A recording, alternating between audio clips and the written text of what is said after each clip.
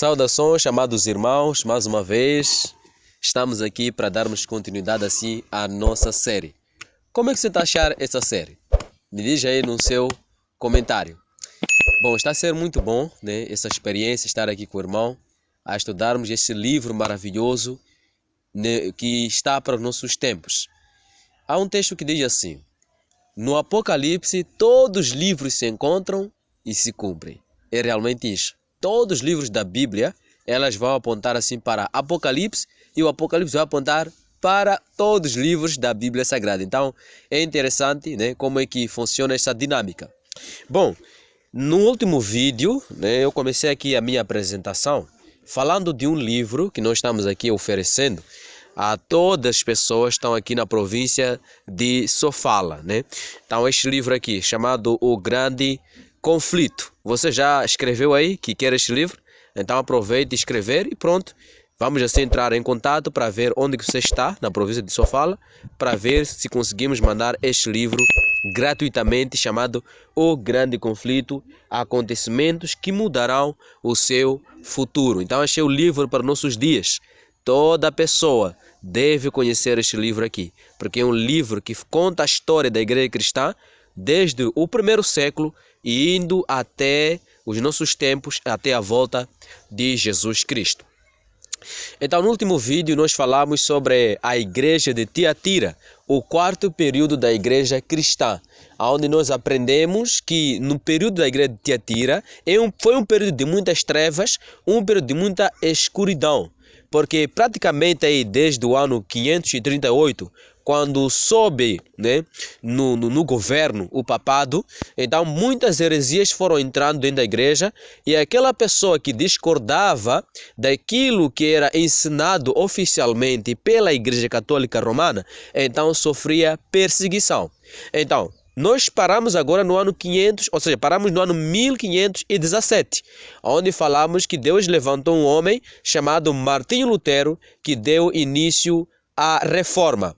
Então nós vamos prosseguir agora neste assunto sobre a reforma, vendo agora a quinta igreja do Apocalipse, que é a igreja de Sardes. Então pega a sua Bíblia e vamos aqui viajar novamente para a quinta igreja que se encontra aqui no capítulo 3. Então nós já acabamos o capítulo 2, agora vamos para o capítulo 3 de Apocalipse e nós vamos ver aqui os versículos 1 até os versos 6. Lembrando que Jesus, em todas as igrejas, ele se apresenta. Então acompanhe comigo aqui, o texto diz assim: e ao anjo da igreja que está em Sardes, escreve: isto diz o que tem os 7 Espíritos de Deus e as 7 estrelas. Então Jesus se apresenta como aquele que tem 7 Espíritos de Deus e tem também 7 estrelas. O que significa dizer 7 Espíritos de Deus? O número 7 significa completo, significa perfeito. Então, quando Jesus diz que tem os 7 Espíritos de Deus, não significa dizer que Deus tem 7 Espíritos, mas que a plenitude do Espírito Santo, ela está em todos os lugares.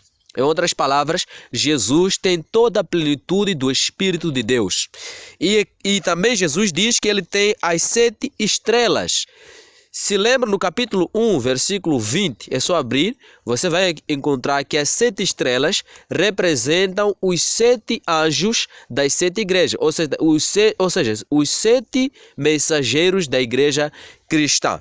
Então vamos ver aqui agora os versículos, né? Ainda no versículo 1, Jesus diz assim: eu sei as tuas obras, que tens nome de que vives e estás morto. Vamos ver se Jesus vai dar elogio para esta igreja ou não. Versículo 2. Sê vigilante e confirma o restante que estava para morrer, porque não achei as tuas obras perfeitas diante de Deus. É uma reprovação muito severa. Jesus diz que não achou nenhuma obra perfeita diante de Deus nesse período aqui. Vamos continuar aqui. Versículo 3. Lembra-te, pois, do que tens recebido e ouvido, e guarda-o e arrepende-te. E se não vigiares, virei sobre ti como ladrão, e não saberás a que hora sobre ti virei. Mas também tens em Sardes algumas pessoas, sublinha, mas também tens em Sardes algumas pessoas que não contaminaram suas vestes e comigo andarão de branco, por enquanto são dignas disso.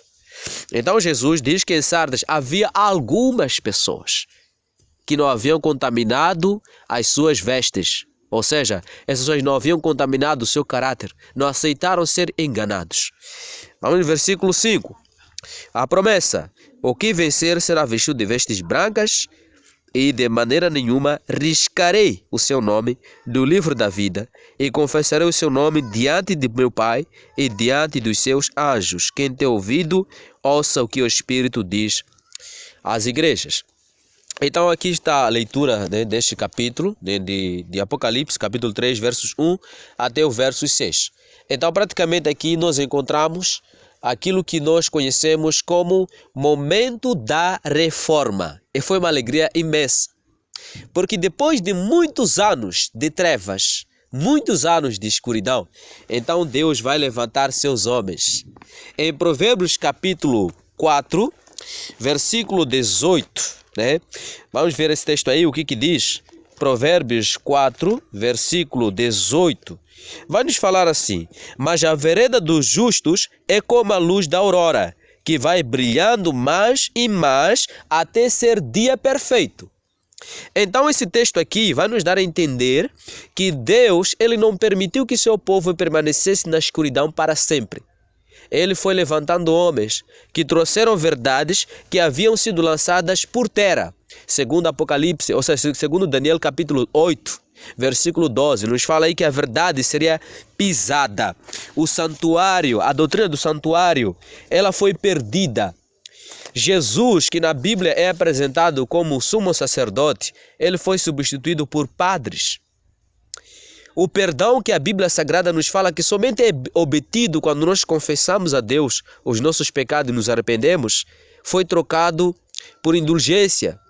Ou seja, você tinha que pagar um preço para poder receber o perdão dos seus pecados. E neste livro, O Grande Conflito, que nós estamos aqui distribuindo, nos conta dizendo que até as pessoas pagavam perdão para os pecados do futuro. E certa vez, né, houve um homem que vendia esses perdão, né? Como dito aí, ele andava de lugar em lugar vendendo perdão para as pessoas. E certa vez um homem chegou para este homem, né, que estava a vender assim os perdão, e ele disse assim: olha, eu posso pagar os meus pecados do futuro? E o homem respondeu dizendo que sim, você pode pagar os pecados do futuro, vai receber o perdão agora. Então ele disse: ok, então eu vou pagar. Ele pagou e aí é dito na história que aquele homem mesmo acabou matando aquela pessoa que estava vendendo perdão. E quando aquele homem foi levado para o tribunal e foi perguntado por que ele havia feito aquilo, ele disse que, olha, eu estou perdoado, porque aquele homem me disse, antes de eu lhe matar, que eu vou ser perdoado, né, mesmo assim nos pecados futuros. Veja só que loucura. As pessoas já pagavam perdão para os pecados do futuro. Quer dizer, isso dava incentivo às pessoas a viverem cada vez mais no pecado. Então Deus vai levantar homens como Martinho Lutero.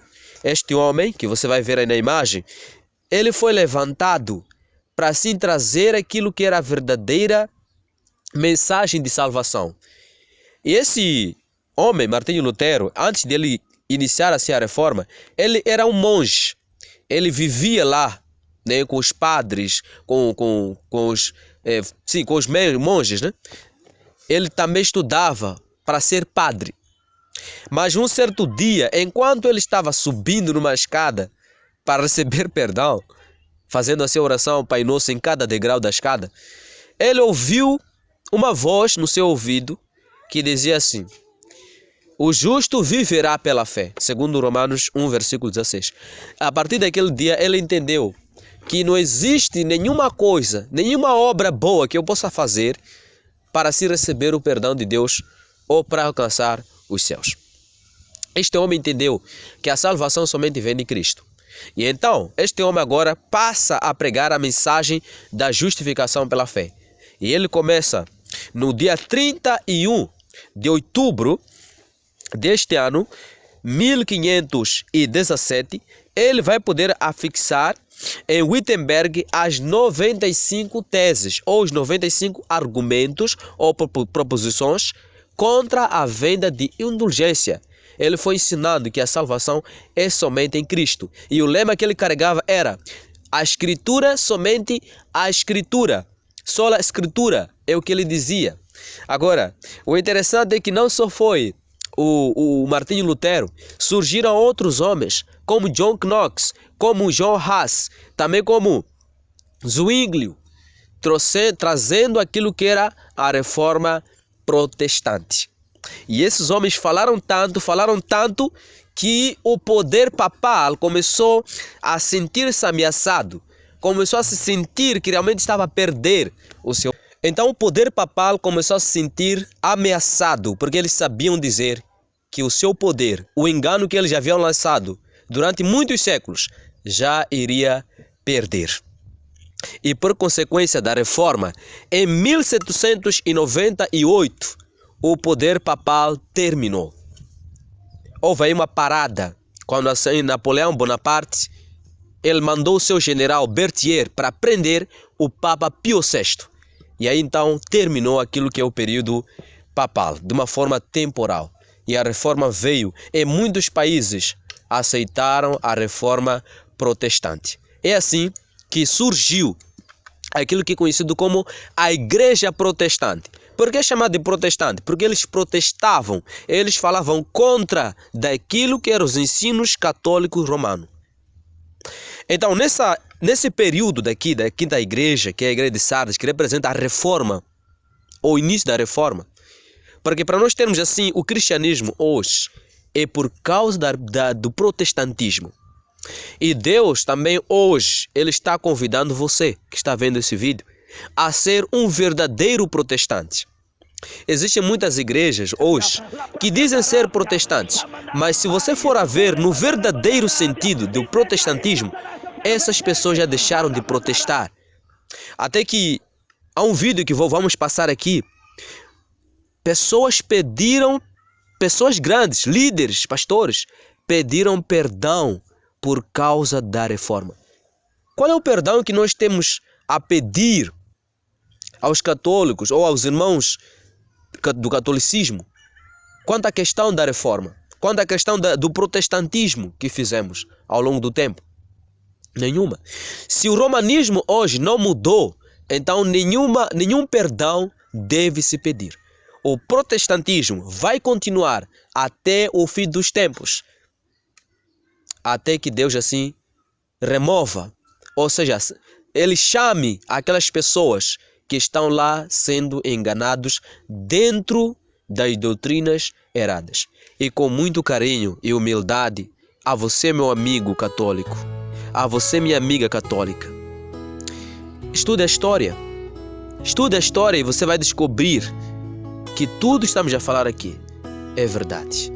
Muitos enganos entraram no cristianismo por causa desta religião oficial. Nós vamos ter um capítulo especial onde vamos falar sobre o que vai acontecer no futuro, ainda em nossos dias, com relação à profecia bíblica. Então Deus, nesta quinta igreja, Ele nos faz o convite. Venha a ser um verdadeiro protestante, a ser um Elias em seu tempo, a dizer não ao erro, a dizer não à mentira, mas sim a aceitar a verdade da palavra de Deus. Que Deus o abençoe.